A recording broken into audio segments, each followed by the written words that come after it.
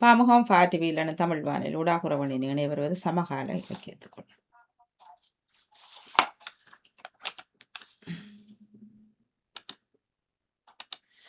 உறவுகள் இணைந்து பார்த்தும் கேட்டுக்கொண்டும் இருப்பது இன்றைய புதன் பரப்பில் இடம்பெற்றுக் கொண்டிருக்கும் நேரலை நிகழ்வுகள். இப்பொழுது சமகால இலக்கிய நேரம். முதலில் ஜெயம் தங்கராஜ் அவர்கள் ஓடோடி வரும். வாங்க, வணக்கம்.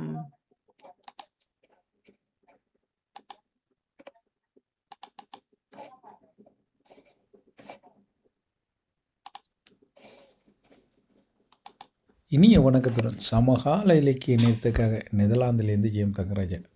இது அனுபவிக்க வேண்டிய ஒரு வாய்ப்பு. ஒரு முடிவு தெரியாத பயணம், அனுபவ படிகளில் ஏறி தொடரும் பயணம். தெரிந்தும் தெரியாத பாதை, புரிந்தும் புரியாத பாதை, பயணம் தொடர்கின்றது. அழுகையில் தொடங்கியது புன்னகையை கற்றுத்தந்தது. சில நாட்கள் வசந்தம் உள்நுழையும், வாழ்க்கை பூவென பூக்கும். சில நாட்கள் வறட்சி, மகிழ்ச்சி பஞ்சம் காணும். இந்த பயணம் சாதாரண பயணமா, அர்த்தம் தேடும் பயணமா? ஆனால் அற்புத பயணம். இன்பம் இசைக்கும், துன்பம் செதுக்கும், உறவில் நிறைவு, பிரிவில் வறுமை, வெற்றியால் உயர்த்தும், தோல்வியால் நசுக்கும், தவறுகள் விழுதல், எழும்புதல், முயற்சிகள், அதே பாடங்கள், ஆனால் திருத்தப்பட்ட பாடங்கள். வாழ்க்கை நிலையானது அல்ல, ஆனால் நிலைத்து விடாதோ எனும் நப்பாசை. உற்சாக ஓட்டம், மகிழ்ச்சி ஆட்டம், ஆசையில் ஆடல், புகழை தேடல், அழகின் ஆராதிப்பு, பணத்தின் சேர்ப்பு, அறிவின் சேர்ப்பு, கவலையின் தாக்கம், வருத்தத்தால் ஏக்கம். அப்பப்பா, ஒரு வாய்ப்பான வாழ்க்கைக்குள் இத்தனையும் அடக்கம். இந்த எம்மை தாங்கும் இடம் நமக்கு சொந்தமில்லை, தற்காலிகமானது.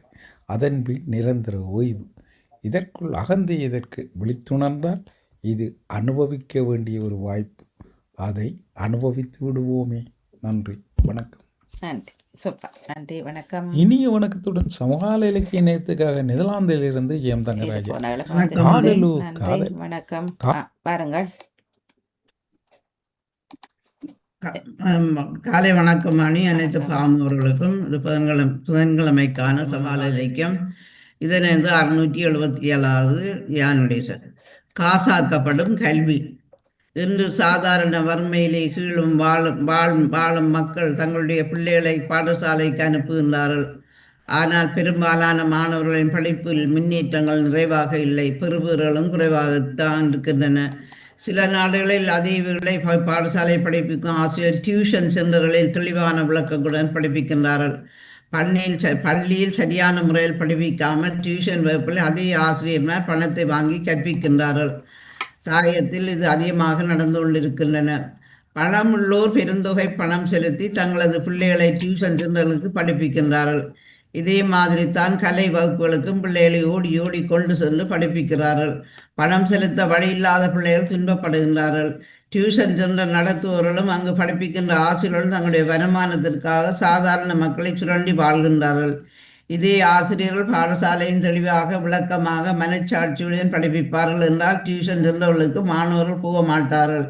எல்லா மாணவர்களும் முன்னேறக்கூடிய வாய்ப்புகள் 100% பாடசாலையில் உள்ளன. இதனை தாயகத்திலும் காணக்கூடியதாக இருந்தது. இங்கும் சில இடங்களில் இப்படித்தான் இடம்பெறுகின்றது.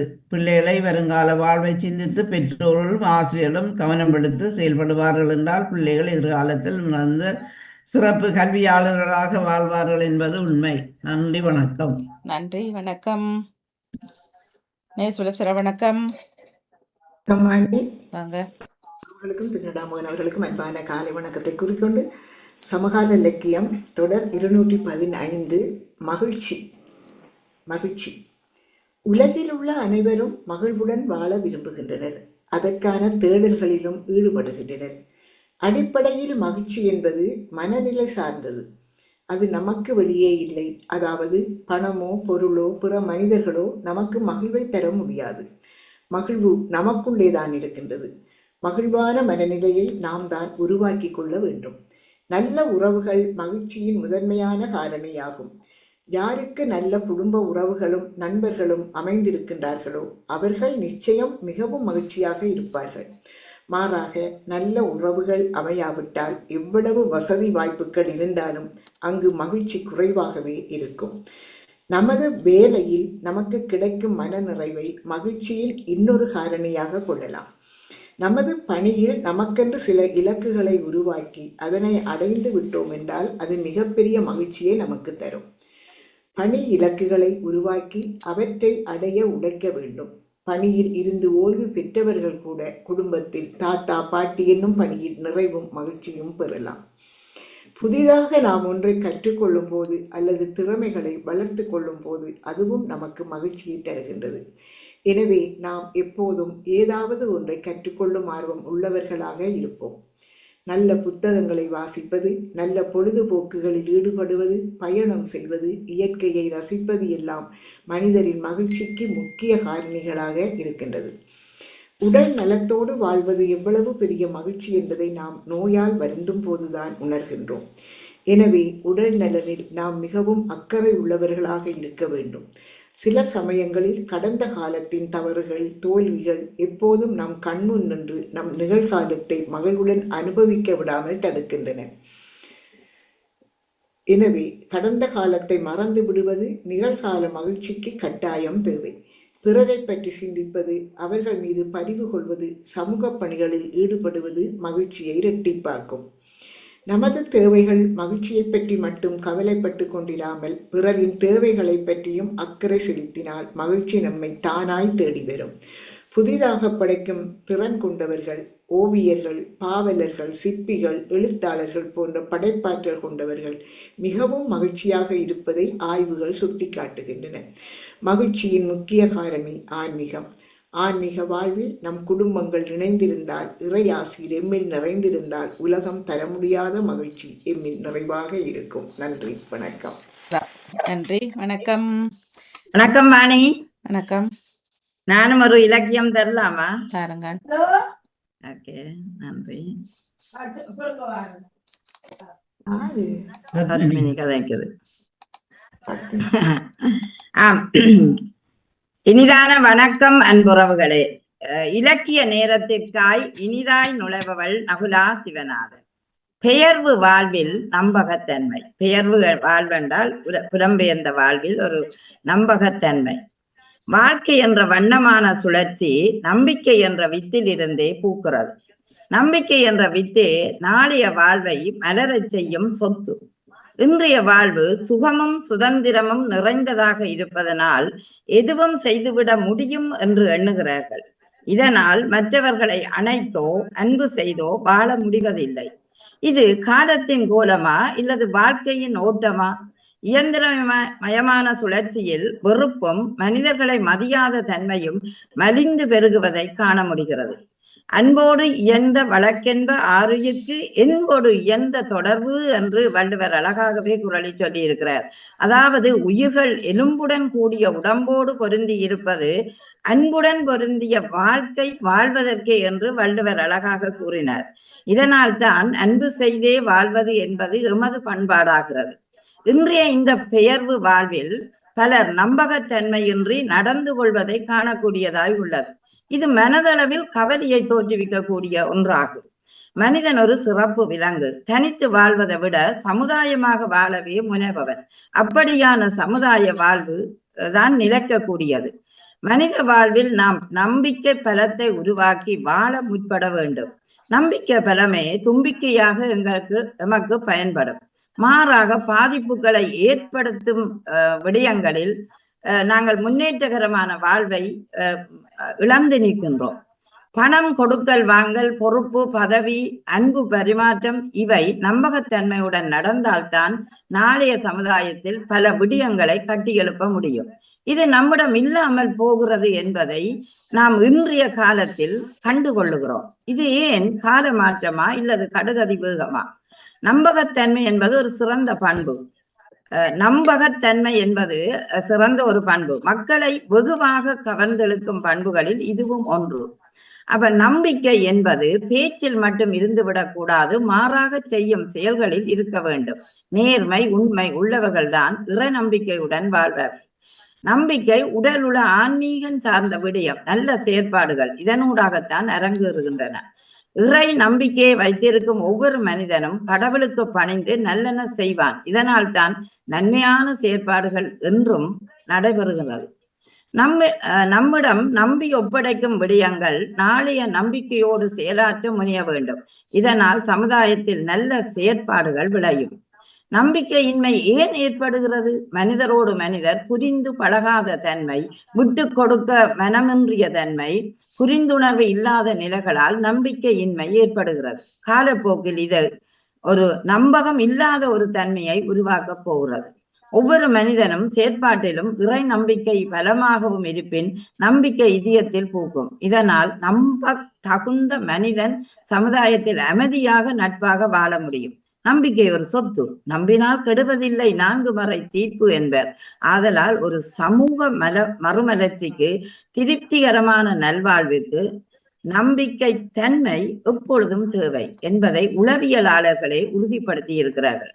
ஆதலால் நம்பிக்கை இல்லாவிட்டால் நாளைய சமூகமே அழிந்துவிடும். எனவே நம்பிக்கை தன்மையோடு நாமும் வாழ்வோம், அடுத்த சந்ததியையும் வாழ வைப்போம். நன்றி, வணக்கம். நன்றி, வணக்கம். நம்ப நட நம்பி நடவாதியோ? நம்பி அதுதான் நம்ப நட நம்பி நடவாதி. நம்பி நடவாது, நம்பி நடவாது. நம்ப நட, அதாவது ஒரு ஆள் நம்பிக்கை உங்கள்கிட்ட வைக்கணும்ன்ற நட, ஆனா நம்பி நடவாத சில நேரம் அதுவும் காலியாக போய்விடும். நம்பி நடக்கிறது நம்மளோட முட்டாள்தனம் தானே. இவர் இப்படித்தான், இவர் இப்படி நல்லவர், இப்படி எல்லாம் செய்ய மாட்டார் என்று அப்படி நீங்க சொன்னா ஒரு நிறுவனத்துல நான் பொறுப்பேற்கிறேன் என்றால் அது ஒரு சத்திய பிரமாணம் செய்து சில விடயங்களுக்கு பொறுப்பேற்க உங்களை பற்றி அவைக்கு தெரியாது. நீங்க கல்வி கேட்ட இதோ அல்ல நீங்க வேலை செய்த இதையோ வச்சு கொண்டுதான் அவைய ஓகே பண்ணினோம். அந்த இடத்துல நாங்க நம்பிக்கையா தான் இருக்க. அந்த இடத்துல நம்பிக்கை சரி. நாங்க பழகிறவர்களுக்குள்ள நான் மாறேன் வருத்த வேற அப்படித்தான் வரும். இவர் இப்படி எல்லாம் செய்ய மாட்டார், இப்படிப்பட்டவர் நாங்க நினைக்கிறது அங்க முட்டாள்தனம் நான் சொல்ல வரேன். அவர் பிறகு எங்களுக்கு ஆப்பு இதோடையா இந்த நச்சு கிருமியோடையா நாங்களோட நான் பழகணும்ன்றது போல இருக்கும். அப்பதான் வழிச்சோடும். சரி, தட்டு கொடுப்பை தாருங்கள். வணக்கம். ராஜா என்ற அனுபவிக்க வேண்டிய பயணத்தை சிறப்பாக தந்திருந்தார். அவருக்கு வாழ்த்துக்களை குறிக்கொண்டு நேவிஸ் வீரர் அவர்கள் மகிழ்ச்சியை பற்றி தந்திருந்தார். அதுக்கு வாழ்த்துக்களை. மகிழ்ச்சியை நாங்கள் எப்படி மகிழ்ச்சியாக இருக்கணும்னா எல்லாரும் எதிர்பார்க்கின்றோம். மகிழ்ச்சியை தேடி நாங்கள் தான் போக வேண்டும். மற்றது தியானடேசன் காசாக்கப்படும் கல்வியை பற்றி தந்திருந்தார். நவலா சிவநாதன் அவர்கள் நம்பிக்கையை பற்றி அதையும் சொல்லியிருந்தார். சிறப்பு, வாழ்த்துக்கள். நன்றி. நன்றி, மிக்க நன்றி. நானும் கேட்டேன் வாணி. ஜேம் சங்கராஜா, ஏக்கம், வாய்ப்பான வாழ்க்கை, ஆட்டம், ஓட்டம், இதில் ஓய்வு, இவற்றை நாங்கள் வாழ்க்கையில பயன்படுத்தி எப்படி வாழ வேணும் என்பதை அவர் அழகாக சொன்னார். அதாவது நாங்கள் ஒரு வாய்ப்பான ஒரு வாழ்க்கையில இருக்கிறோம், அதுல நாங்கள் மகிழ்ந்து சந்தோஷமாக வாழாமல் கடைசியில ஓய்விலே எல்லாம் நினைச்சு பார்க்கிற ஒரு நிலையை சொன்னார். அடுத்தது ஜெயானடேசன், இந்த பெறுபவர்கள் என்று மாணவர் மத்தியில குறையுது. அதற்கு காரணம் டியூஷன் படிப்பு. ஆனால் இது தாயகத்தில் தான் இருக்கும். இங்கு ஆசிரியர் ஒருவர் டியூஷன் கொடுத்தால் ஜெர்மனியில் சட்டம், அதாவது கொடுக்க முடியாது. பல்கலைக்கழக பேராசிரியர் பல்கலைக்கழகங்களுக்கு கொடுக்கலாமே ஒழிய அவர் கூட சாதாரண பிரைவேட்டுக்கு கொடுக்க முடியாத ஒரு சட்டங்களும் இங்க இருக்குது. எல்லாம் எனக்கு இப்ப மகள் ஆனா இங்க கொடுக்கிறார்கள். ஆங்கில பள்ளிக்கூடத்தில் படிப்பிக்கிறவர் அவரும் படிப்பிச்சு 10 பேரை வச்சு படிப்பிக்கவும் பண்றாரு. ஆனா இங்க ஒரு டியூஷன் எடுக்கிறாண்டா ஒரு அசிஸ்டன்ட் அல்லது அங்க படிக்கிற ஒரு PhD பிள்ளைகள்கிட்ட மட்டும் எடுக்கலாமாம். ஆனா ஒரு ப்ரொஃபசர் கொடுக்கறதும் ஒரு ஆசிரியர் டியூஷன் கொடுக்கறதும் இங்கு சட்டமா? சரி, எந்த எங்கட மாண்டம் அப்படியோ இல்ல மற்ற இலங்கை வாத்தியார்கள் கொடுத்து வச்சவர்கள் உள்ளுக்கு 2 சம்பளமும் கிம்பளம் வந்து செய்யறது. உண்மையிலேயே பிள்ளைகள் பாவம்னு சொல்ல முடியாது, இருக்கிறவர்கள் விடுகிறார்கள். அது எல்லாத்துக்கும் மேல விடுகிறார்கள். டியூஷன் ஒன்று கண்டு இல்லை தானே. அப்ப பள்ளிக்கூட ஒரு மாதம் முடிய டியூஷன் காசு வருது மாஸ்டருக்கு. என்ன பள்ளிக்கூட படிப்பிச்ச சேலரி பிறகு டியூஷன் ஒவ்வொரு அந்த மாதிரி வாழ்வார்கள். என்ன சூப்பர். அடுத்தது நேவிஸ் அக்கா மகிழ்ச்சியை பற்றி சொன்னா, உண்மையிலேயே எங்களோட வாழ்க்கை என்ற ஒரு இலக்கு மகிழ்ச்சி தான். அதுதான் படைப்பாளர்களை மகிழ்ச்சி படுத்தும் சொன்னார். சிப்பிகள் அல்லது ஓவியங்கிறவே சாதாரண எழுத்தாளர் படைப்பாளர் எல்லாரையும் மகிழ்ச்சி படுத்துது. உண்மையிலேயே நான் நினைச்சு பார்க்கிறேன். இப்ப இந்த வானொலி கூட எங்களை சில நேரங்கள்ல எங்களுக்கு மகிழ்ச்சியா தான் இருக்குது கேட்கிற நேரத்துல இப்படி ஒரு கட்டுரைகளை கேட்கிறோம் இதான்ற மாட்டோம். அப்ப ஒரு படைப்பாளருக்கு ஒரு எழுத்தாளருக்கு உண்மையிலேயே மகிழ்ச்சி இருக்கும். ஏன்டா அவர் ஒரு ஓவியத்தை கீறி போட்டு ஆகா என்ன அழகா இருக்கு, அதுபோல ஒரு கட்டுரை எழுதி போட்டு என்ன நல்ல கட்டுரை, எங்களையே ரசிக்க கூட அந்த மகிழ்ச்சி ஏற்படுவதை அழகாக சொன்னார். ஆனால் ஆன்மீகம் சார்ந்த மகிழ்ச்சி தான் நல்ல ஒரு மகிழ்ச்சியாக இருக்கும் என்பதையும் கூறியிருந்தார். நன்றி நேவிசக்கா, மூவருக்கும் சிறப்பு நன்றி வாழ்த்துக்கள். நன்றி வணக்கம். எல்லோருடைய இலக்கியங்களை நானும் கேட்டுக்கொண்டிருந்தேன். எல்லோருக்கும் மிகவும் சிறப்பான வாழ்த்துக்கள். ஜெயம் தங்கராஜா அவர்கள் என்னுடைய இதை காணையில் ஜெயம் தங்கராஜா அவர்கள் அனுபவம் பற்றி பேசிக்கொண்டிருந்தார். மிகவும் சிறப்பான இலக்கியமாகவும் இருந்தது. அக்கா டியூஷன் கொடுத்து சம்பாதிக்கிறவர்கள் அவர்களுக்கு காசுக்காக தான் படிப்பிச்சு கொடுப்பார்களே ஒழிய பிள்ளைகள் பெற்று நல்லபடியாக வரணும் என்ற அந்த இது இல்லை. பொய்யான பிள்ளைகளை காசுக்காக காசு அவங்களுக்கு மாத சம்பளமும் இருக்குது, இதுலையும் சம்பளத்தை விட கூடவும் இருக்குது. ஆகவே அவர்கள் தங்களுடைய இதுகளை தான் இது பண்ணுவார்கள் டியூஷனாக. ஆகவே பிள்ளைகள் அதை கொஞ்சம் கவனமாக படித்து அந்த டியூஷனை கவனமாக படிச்சிட்டோம்னு சொன்னால் ஒருவர்களை கணக்கு பெற்றுக் கொள்ளலாம். மற்றது நானும் அந்த நம்பிக்கை, இந்த மகிழ்ச்சியை பற்றி இது நகுலா சிவநாதன் அவர்கள் நம்பிக்கையை பற்றி தந்திருந்தார்கள். மிகவும் சிறப்பாக இருந்தது. நம்பிக்கை இல்லாவிட்டாலே நம்பிக்கை ஒன்று இருக்கணும். நம்பிக்கை இல்லாவிட்டால் நாங்கள் எல்லாம் எங்களோட கை தும்பிக்கையாக இருந்தால் தான் நாங்கள் நம்பிக்கையை பற்றிக் கொள்ளலாம். இருக்க வேணும். அப்போதான் நாங்கள் நம்பிக்கையை பற்றிக் கொள்ளலாம். எல்லாத்துலேயும் வைக்க இயலாது. சில விஷயங்களை வைக்கத்தான் வேணும். இப்போ வேலையில் ஒருத்தருக்கு ஒரு இதாக இருக்கிறோன்னா அது நம்பிக்கை வேணும். அதுக்காக எல்லாத்துலேயும் வச்சுக்கொண்டு இருந்தாலும் ஏமாற்றம் தான் கிடைக்கும். அது என்று சொல்ல வரேன். எல்லாத்துக்கும் சரி வராது நம்பிக்கை. உண்மையான விஷயங்கள்ல நாங்கள் கட்டாயம் நம்பிக்கை வைக்கவே வேணும். இல்லை நான் மகிழ்ச்சியை பற்றி இருந்தது. மகிழ்ச்சி எங்களுக்குள்ள தான் இருக்குது. நாங்கள் அங்கே இங்கேயே தேடுற காசு இருந்தால் நாங்கள் மகிழ்ச்சியாக வாடலாம், எங்களுக்கு பெரிய வீடு இருந்தால் மகிழ்ச்சியாக வாடலாம்னு சொல்கிறோம். ஆனால் எங்களோட மனசுக்குள்ள உண்மையான சந்தோஷம் அமைதி இருந்தால் தான் நாங்கள் மகிழ்ச்சியாக வாடலாம். இப்போ ஏதாவது சின்ன குறைகள் இருந்தால் கூட எங்களுக்கு அது மகிழ்ச்சியை தராது. நாங்கள் அலைஞ்சு கொண்டு தான் இருப்போம். மகிழ்ச்சி இல்லாமல் மகிழ்ச்சியை தேடி அங்கே இங்கே அடைகிறோம். ஆகவே நாங்கள் பிறரில் நாங்கள் நன்மை செய்து அவர்களோட மகிழ்ச்சியை காணும்போது எங்களுக்கு அது மகிழ்ச்சியாக இருக்கும். ஆகவே மனமே மலர்ந்துடு மகிழ்ச்சியில் என்று சொல்லி மனம் மலர்றது இந்த மகிழ்ச்சியில் தான் என்று சொல்லிக்கொண்டு நானும் எல்லோருடைய இலக்கியங்களையும் வாழ்த்திக்கொண்டு என் சந்தர்ப்பம் அந்த பாபகத்தையும் வாழ்த்திக்கொண்டு இந்த இலக்கியங்கள் மூலமாக எங்களுடைய உள்ள பதிவுகள் வெளிப்படுத்தப்படுகின்றது. இந்த இலக்கியங்கள் மூலம் நாங்கள் எங்களுடைய தாக்கங்களையும் இதில் வெளிக்கொண்டு வருகின்றோம். இலக்கியம் மூலம் ஒரு சில தலைப்பு எடுத்து அதுக்குள்ளாக எங்களுடைய தாக்கங்கள், எங்களுடைய குடும்ப வாழ்க்கை, எங்களுடைய ஆன்மீக வாழ்க்கை எப்படி இருக்குது, எங்களுடைய பிள்ளை வளர்ப்புகள் அதெல்லாம் எப்படி இருக்குன்னு நாங்கள் அறிஞ்சு கொள்கிறோம் தானே. எங்களுக்குள்ளே இருக்கிறது தான் நாங்கள் சொல்ல வரோம். ஆகவே மகிழ்ச்சி எங்களுக்குள்ள தான். நாங்கள் பிறரில் அது நாங்கள் ஒரு நாள் எதிர்பார்க்கலாது. பிறரை மகிழ்ச்சி படுத்தினால் அந்த அவர்கள் மகிழும் போது எங்களுக்கு ஒரு சந்தோஷம் மகிழ்ச்சி அதில் வரும் சொல்லிக்கொண்டு நான் நன்றி. வரமாகும் வாய்ப்புகளினால கவித்தலைப்பு. வரமாகும் வாய்ப்புகளே கவித்தலைப்பு.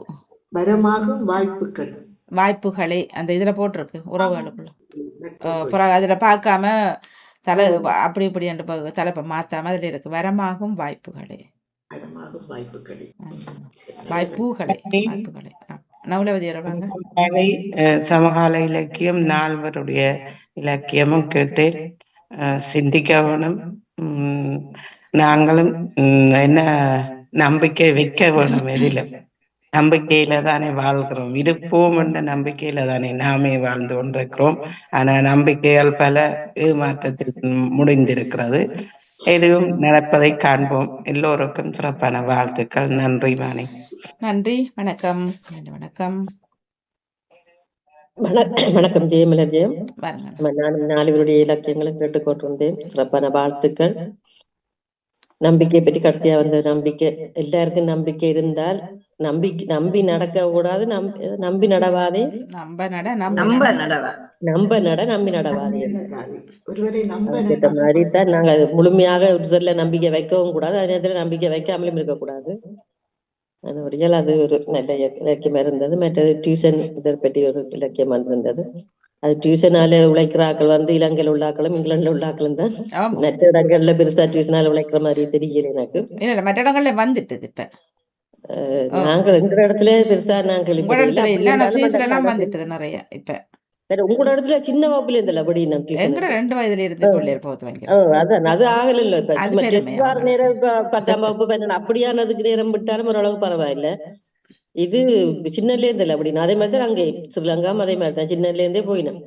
தமிழ் சமயம் சித்திரம் எல்லாம் அங்க ஓ எல்லா படத்துக்கும் படிக்கணும் அப்ப சித்திர எல்லாத்துக்கும் படத்துக்கு அது அங்கே ஆக மோசம். இங்கேயும் அதே மாதிரி தான் இருக்கு நினைக்கிறேன். லண்டனும் என்ன சின்ன வகுப்புக்கு எல்லாம் டியூஷன் கொடுக்குறாங்க இருக்கு. நம்ம எனக்கு தெரிஞ்சாக்கள் எல்லாம் இருக்கு. ஆமாம் ஆமாம் இங்க இருக்கு ஓடி திரும்பினோம். அது அது என்ன இப்ப பாடசாலையில சரியில்லாதபடிதான் டியூஷனுக்கு குடிக்கணும். பாடசாலை ஒழுங்கா படிப்பிச்சா டியூஷனுக்கு போகணும். ஏன் படிப்பிக்காம நல்லா தான் படிப்பிக்கிறார்கள் இங்க. அது ஒரு ஃபேஷனா போச்சு இப்ப இங்க. இல்ல இப்ப டியூஷனுக்கு போற ஆக்கள் அங்க போகாத ஆக்களை விட கூட புள்ளிகள் அடிக்கணுமா அது ஒரு இது. டியூஷனுக்கு போன பிள்ளைங்க போகாத பிள்ளைங்க 11+ எடுத்த பிள்ளைங்க எடுக்கா பிள்ளைங்க யூனிவர்சிட்டி போகுது வழி அங்க செய்யுது அங்க வழியில வருது வேலை எடுக்குது வாழுது. அது தெரியாது அது தெரியாது ஃபேஷன் என்ற பிள்ளை